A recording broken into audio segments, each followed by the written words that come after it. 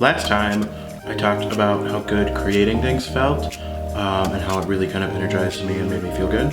So this week I was inspired by my friend Fox, who runs a screen printing studio in Canada, and he was snapping about a painting he made using gradients and some rollers and some tape, and that kind of inspired me to make some artwork for our hallway here. So first I had to measure my painting into thirds because I wanted it to, I wanted a third of pink, a third of blue, and then in the middle I wanted a third of a gradient.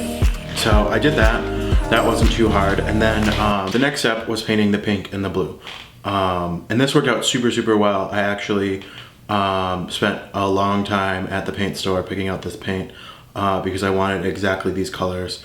I was gonna get a much cheaper paint that was much less pigmented and then have to mix it and try to do that. But especially on a canvas this big, like, my mixing skills are not that good. So I don't think I could mix enough to cover the whole canvas and like have it the same color everywhere. So I ended up buying the more expensive paint and using that, and it worked out super great because it really only needed one coat to cover everything and to cover it really well. After I painted the blue and pink strips, it was time to paint the gradient. And so how I did this is it's actually a screen printing roller. You can definitely get a paint roller, just a small paint roller at like Home Depot or something that would work just as fine. But this is what they had at the art store and I didn't want to go somewhere else. So I got this, and then I squirted the pink and the blue onto some scrap plastic and just kind of rolled it until it had like a gradient I liked, and then rolled that across the canvas. And as you can see, my first attempt, it came out a lot more purple, and it was really a lot more mixed and a lot more blended, which was good, but I think I just did a couple too many coats when I was rolling it, and you ended up seeing a lot more of the purple instead of the pink, the blue, and like a line of the purple. So after I got done with that, I went back and repainted it after it had dried and touched it up again with a different pink and blue gradient, and I like the way that looked a lot better.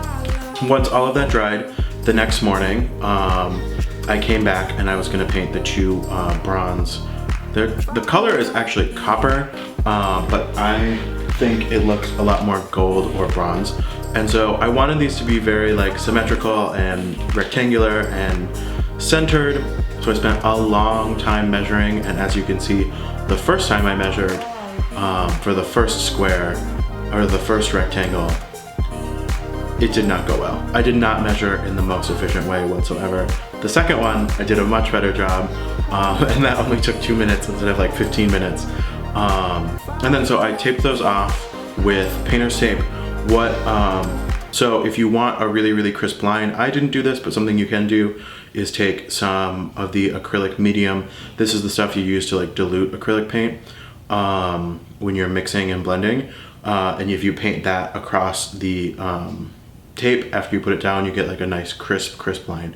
You'll see there was one spot where my bronze paint bled a little bit.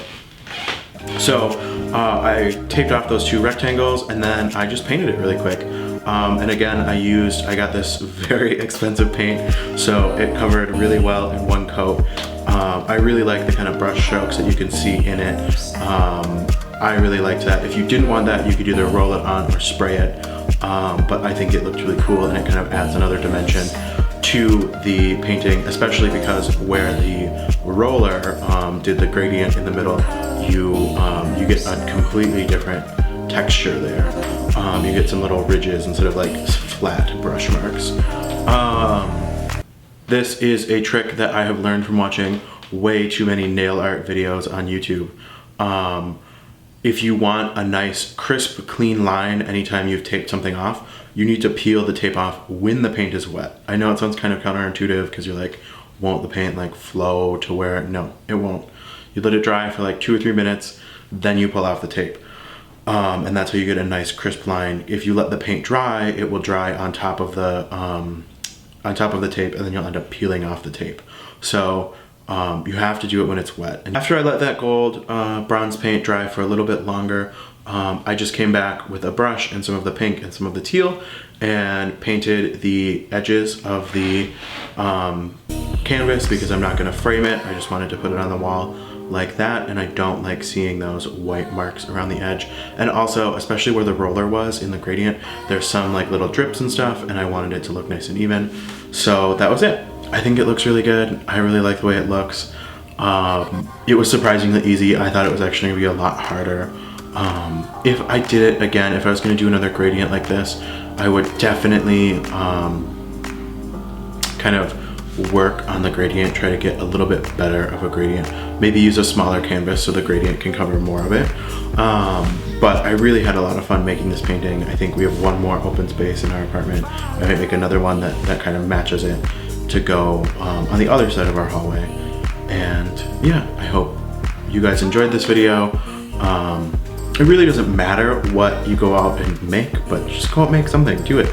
Take a cool Instagram, make a painting. The cost for this painting was, I don't know, maybe including everything, including the brushes and the roller, we needed to get like 40 bucks. So it wasn't a super expensive project. It did cost some money, but you know, if I was gonna buy a painting or a poster to put on my wall in my hallway anyway, it probably cost about the same. And now I get to say I made this one and it matches everything the way I want. So I hope you guys get out there and you enjoy making something, do something cool. I love making those little houseware items like that. I think it's a really cool way to make your house a lot more interesting and a lot more personal. And then, you know, when someone comes over, it's like no one has the stuff you have, so they don't. It's not like you're just walking into an IKEA catalog or whatever. But yeah, definitely go out there and make something. If you do, like, Snapchat me, tweet me, whatever, I want to see it. It'd be really cool to see what you guys created and made.